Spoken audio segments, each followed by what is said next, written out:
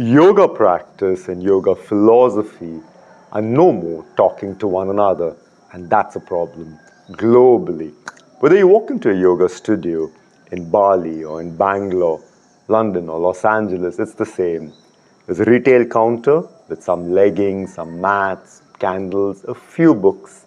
And then in the class, there are people getting into postures, and there seems to be a disconnect with what is going on in the yoga studio and what the Yoga Sutras, which is the foundational text, the closest to a foundational text that the yoga practice has, and what is being said there.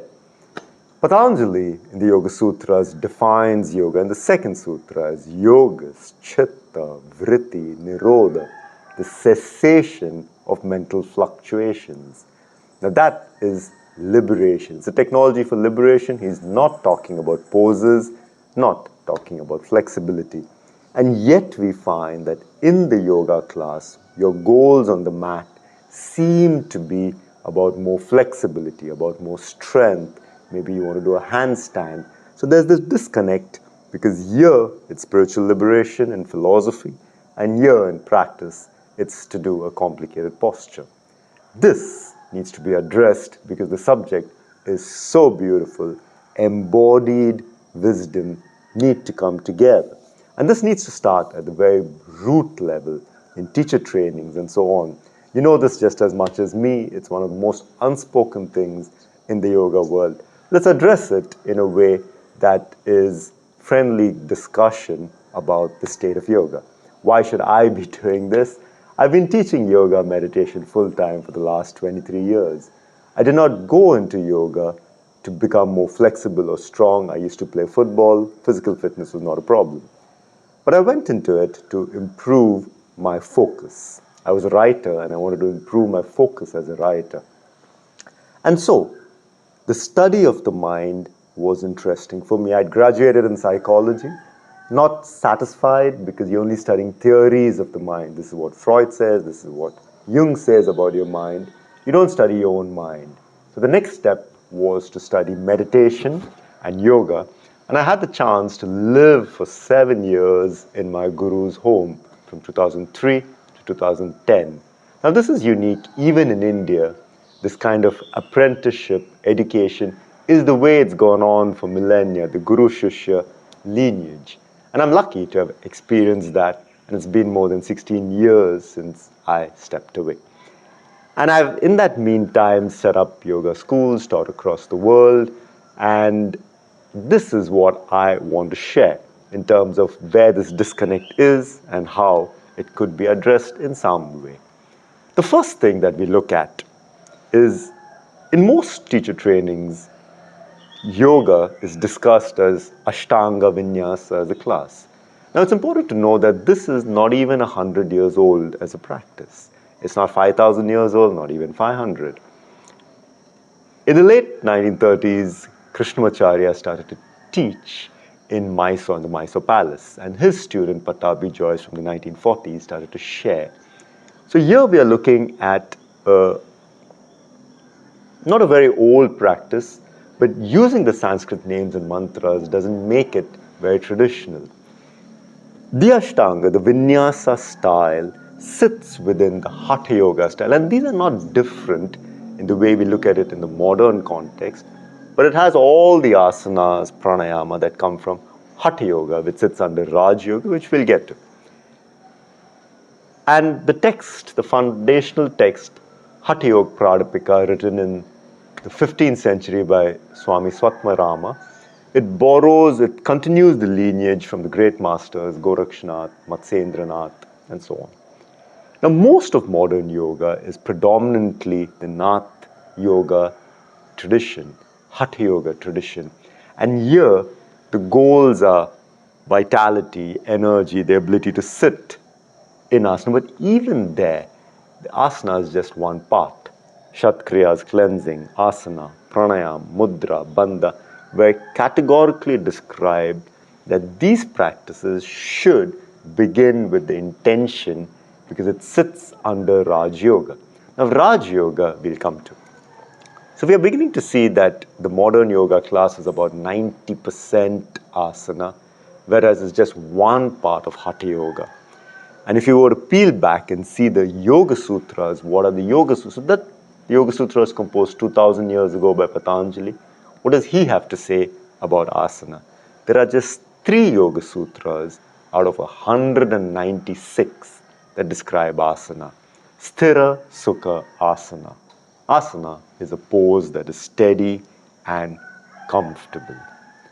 No contortions, no complicated stuff, but actually a very challenge is being laid out in the sense, can you sit still for a long period of time?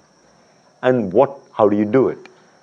Prayatna saitilyam ananta samapatibhyam, by cooling down effort and fixing the mind on that which is infinite. This is very interesting, friends, because we think of yoga nowadays as a lot of effort and getting into all these poses. But he's saying by cooling down effort, fixing the mind beyond. And the third sutra is the most important. Why do you do this? What do you benefit from this? Tato dvandad nabhigata. Then, through the practice of asana, the dualities of the mind cease. This is very unique, friends, because most yoga practice today, the goals are flexibility, strength, and so on. But he's saying you do asana, you sit still so that the mind stops being distracted. How beautiful. Now this has to come into regular practice. If you peel back a little bit more, yoga is not just the Raja Yoga of Patanjali that is described as Dhyana Yoga in the Bhagavad Gita. There are 4 different paths that Sri Krishna lays out in the Bhagavad Gita. Jnana Yoga, inquiry for those who need to understand life. Bhakti Yoga, devotion for those who emotionally want to connect with life. Karma Yoga, action without doership, without the sense of doership that binds us to actions, for those who do things in the world. And Dhyana Yoga, the yoga of stilling the mind, of being focused, feeds all these 3. Now this has to be understood and reflected on, that an integration of all of these, mind, heart, hands, with the stilling that comes from Dhyana Raja Yoga, is the way to approach the subject. Unfortunately, when we talk about yoga today, it is just Raja Yoga, under that Hatha Yoga, under that just asanas, some pranayama. And in fact, meditation has become a few minutes at the end of the class, some guided meditation. Whereas dhyan, the word used in the Gita, is dhyana yoga. The whole focus is meditativeness. You prepare the body-mind so that you can be meditative. Now, what we find when yoga teacher trainings happen, and just that karma yoga is brought down to a little bit of service, seva. Clean the studio, or we go in and go into an old age home or contribute in some way. Now that is just seva. It's very beautiful, it's service, but it's not karma yoga.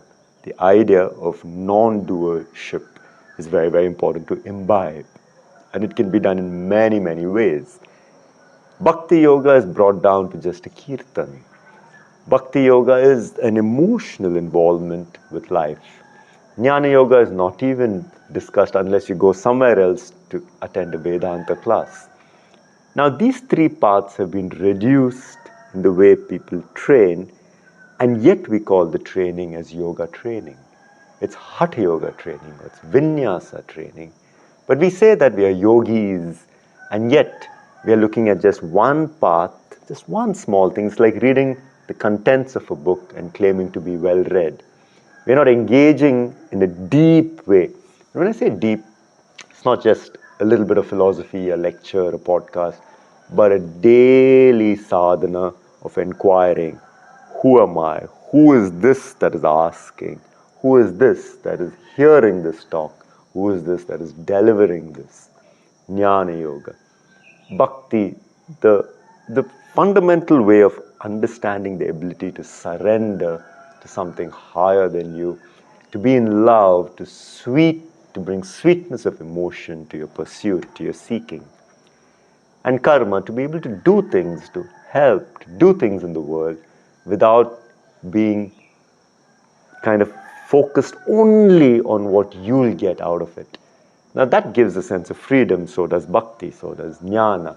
And all of that is helped through the Raj Yoga. So if you're calling yourself a yogi, if you're considering that you're doing yoga, if you're considering that you're undertaking yoga training, then all of this needs to be given equal importance. And that is when the yoga and the practice, the philosophy and the practice sit together.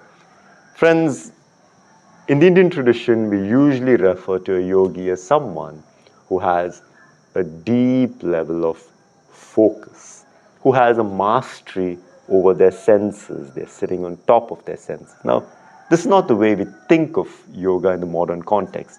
Somebody who's very flexible. So if you tell somebody you do yoga, the first question is, you must be very flexible.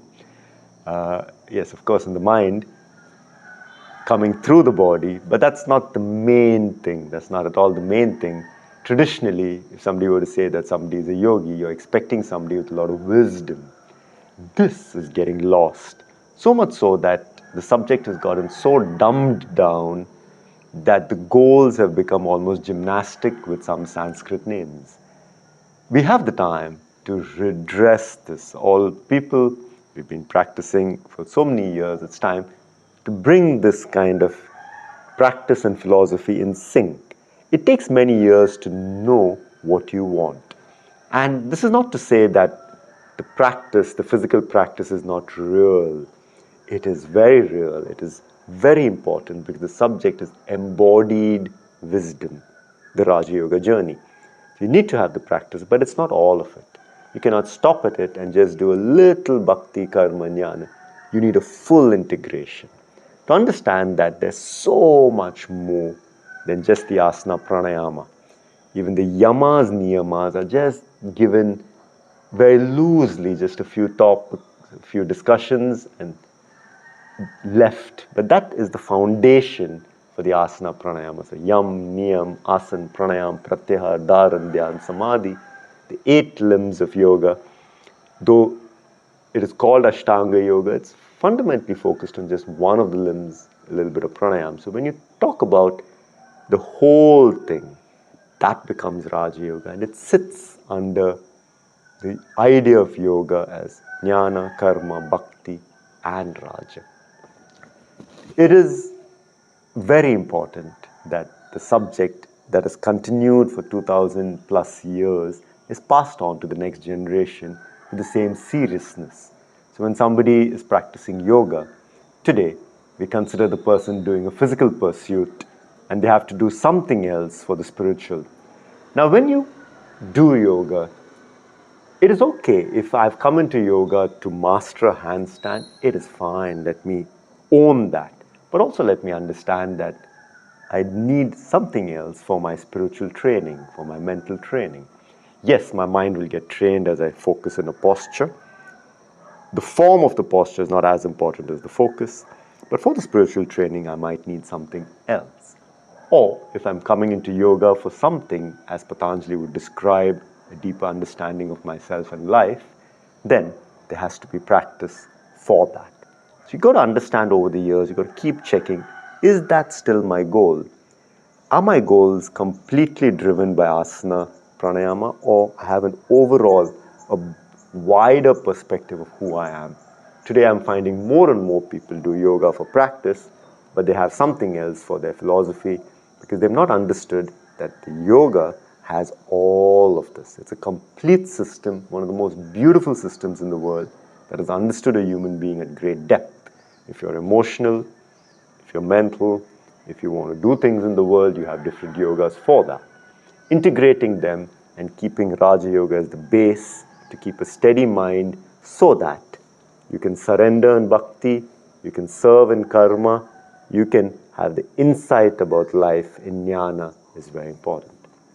Friends, coming back, it's very important that when you enter a yoga studio, you understand the whole tradition. It's so beautiful to be in a yoga space which has a lot of books so that you can study, which has the idea of service, which has the idea of bhakti, and not just some physical drill that will be replaced by the next exercise trend. And it's not just nervous system regulation, it's far beyond that. It's a deep inquiry into who you truly are. The next time you get onto the mat, ask yourself, before you get on the mat, ask yourself, what am I going to practice today? What are the practices that will help me sit still so I can understand who I am, can live well through the day, and develop a devotion as well? Is this particular asana serving me? Is this asana serving me? That would require a deeper engagement with the practices as well as the philosophy, and that makes for a good yogi. Let me know what you think about this and how you have thought about it over the years and what you can share so that the practice stays alive. We pass it on to the next generation in the way it has been received for millennia. Namaste.